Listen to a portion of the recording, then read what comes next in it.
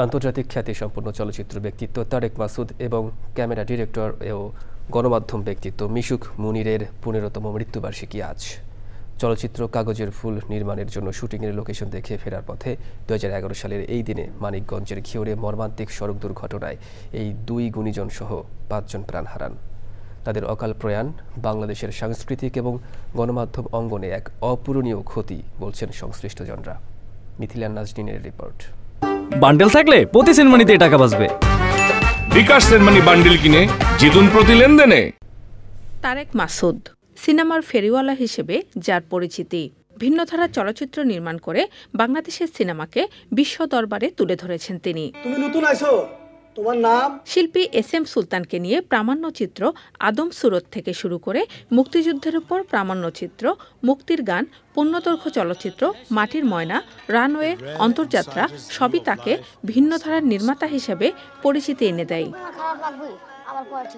তারেক ভাইয়ের কথাটা যতটুকু আসে, আমি মনে করি যে ক্যাথরিনের কথাটা ঠিক তত বড় করে আসে না, কিন্তু আমি তাদের যেই চলচ্চিত্রগুলো আমি বলবো যে তাদের দুজনের একটা মানে খুবই সমান কন্ট্রিবিউশন ছিল চলচ্চিত্রগুলোতে।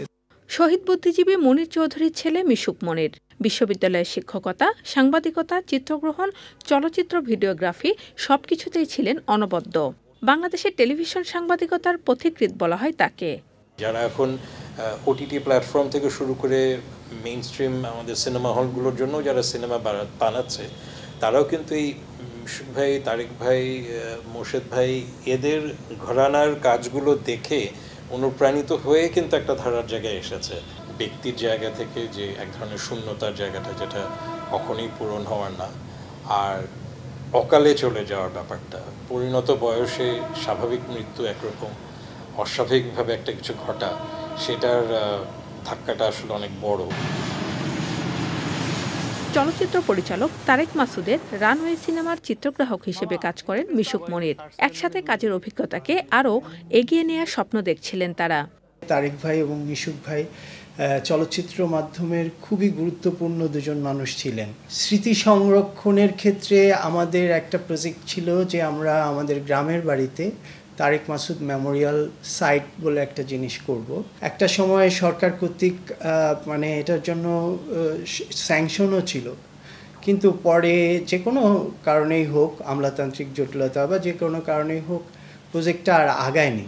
সড়ক দুর্ঘটনায় অকালে চলে যাওয়া এই দুই গুণীজনকে শ্রদ্ধাভরে স্মরণ করছে channel I. Mithila Naznin, channel I, Dhaka.